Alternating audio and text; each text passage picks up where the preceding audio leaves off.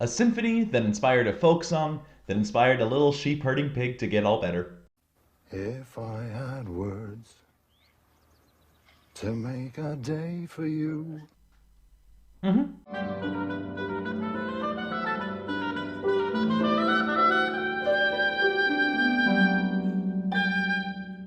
Hi all, it's Mike. Today we're talking about French Romantic composer Camille Saint-Saëns' Swan Song.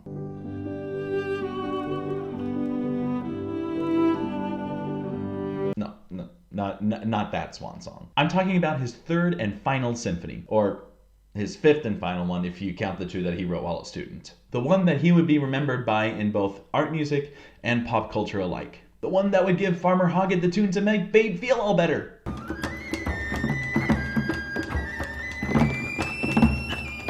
Symphony number 3, with organ. While most people nowadays commonly refer to this as the Organ Symphony, it's important to know that it technically isn't an organ symphony. A real organ symphony is an actual, it's a full symphony, full symphonic form, but instead of an orchestra, it's just an organ. They tend to be pretty awesome.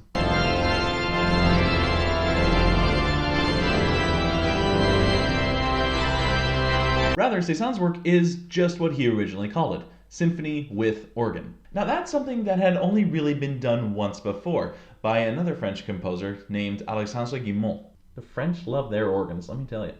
Even today, writing a symphony with an organ in the orchestra isn't terribly common. There's only about a handful of them, in comparison with all the other symphonies out there. But when they do write an organ in it, you know it.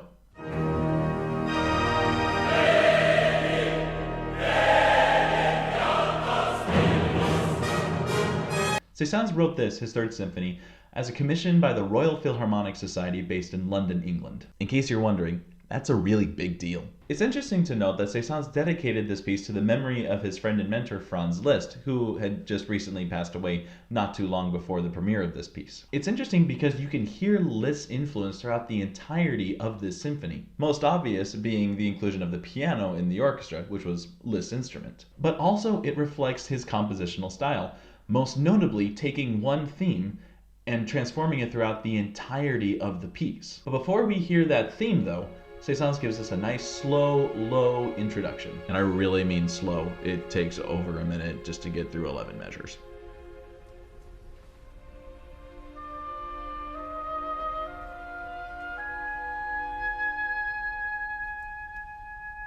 But then the timpani kicks off the strings and we have our theme, nice and agitated.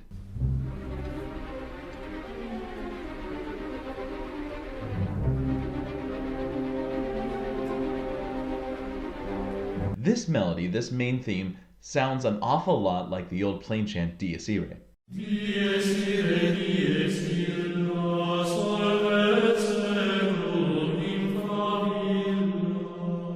And that in itself could be yet another nod to Franz Liszt, who took that theme and made the theme and variations of it in one of his most popular works, TOTENTANZ.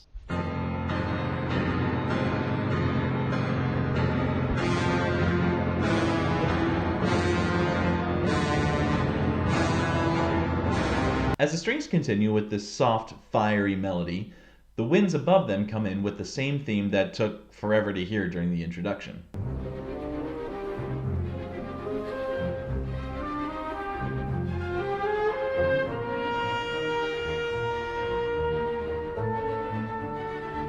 These two themes, the Dies Irae theme and the introduction theme, go back and forth in a very textbook symphonic development for the entire movement. And that's something that gives Saint-Saëns kind of a little bit of flack. Pretty much everything he wrote was in strict accordance with what had already happened. He wasn't very revolutionary. He didn't really push the boundaries of what music could be, except for, the occasional unconventional instrument. I mean, he was the first one to put a xylophone in an orchestral piece.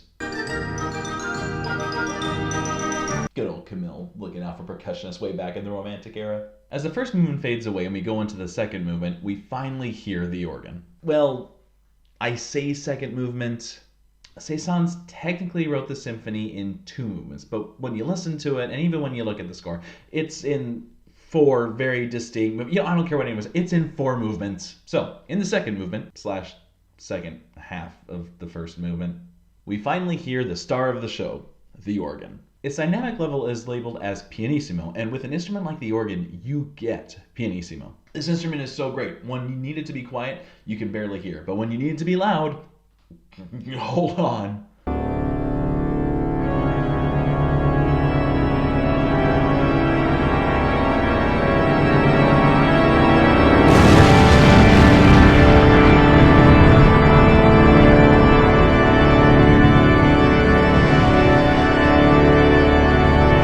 The organ in this movement is so soft that it's almost completely buried by the strings. Really, listening to it and looking at the score, I can't really tell which instrument has the melody and which one has the counter melody.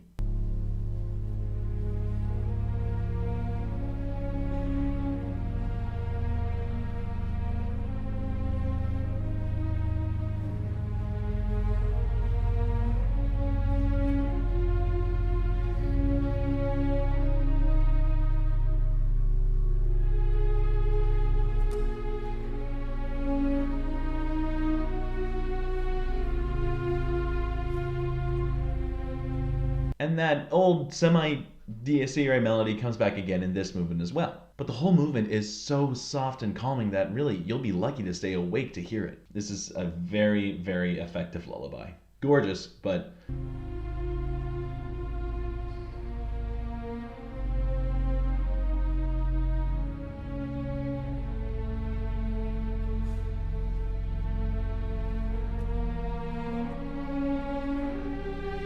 But there it is, in the low strings, pizzicatoing away, and a nice lilting compound meter.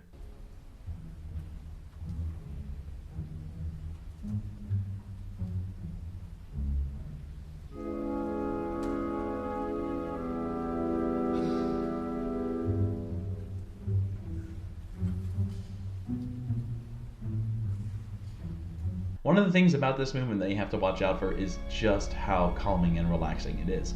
If you're not paying attention, you're going to be in for an abrupt awakening when the third movement kicks in.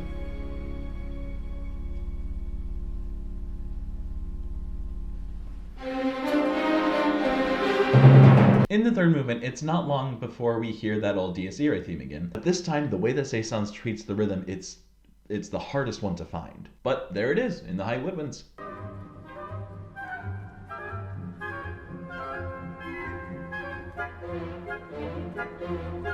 See, you just stretch it out a bit, and boom. Now, aside from the big organ part that's coming up in the fourth movement that everyone knows so well, the symphony has another moment that is just epic, and it's in this movement. For those listening along, it's about 5.5 minutes from the start of the third movement, or 1.5 minutes before the ending of it. The way that he develops this single new theme, building up brass upon brass, it kind of sounds like the Avengers are suiting up.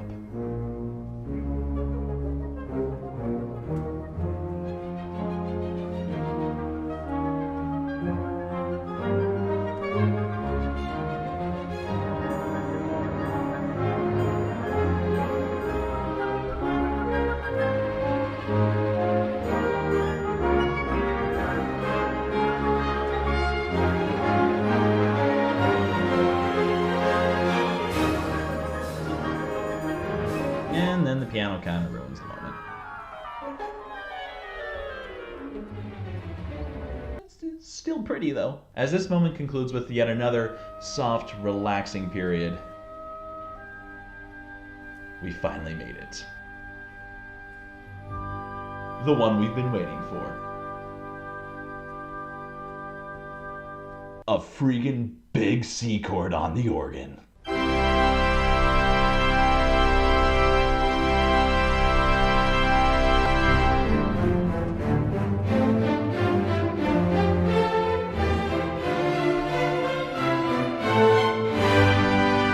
The orchestra and piano take over to give us, yet again, that same Dies Irae theme, believe it or not. The main difference is that now, instead of in minor, it's in major. Trust me, it's there.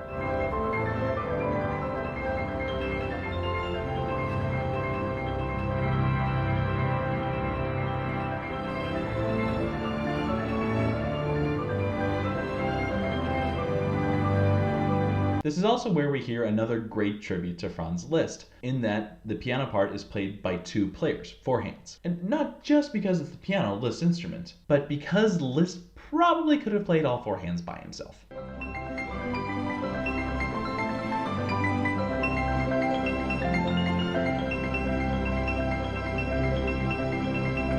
He was kind of a freak that way.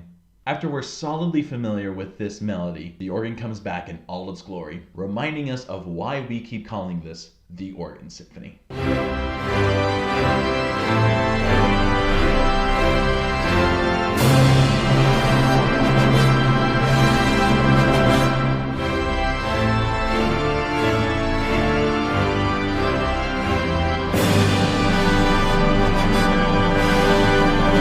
The fourth and final movement is in a very typical finale form for a symphony. It mixes in a bunch of fugues,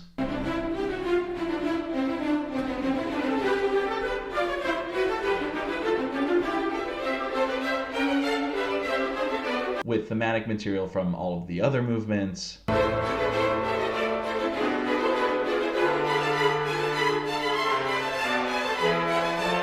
developing our main theme out the wazoo.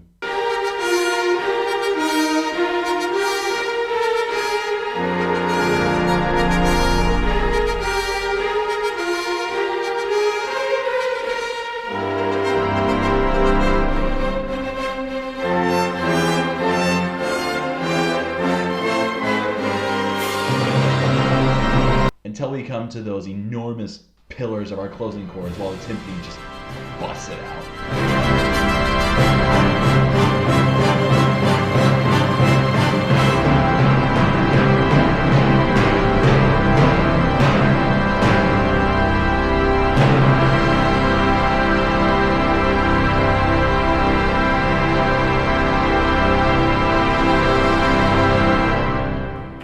When we finished listening to the whole thing, it really sounds like Saint-Saëns knew that this was going to be his last symphony and that he wanted to go out with a bang. About this symphony, he said, "I gave it everything I was able to give.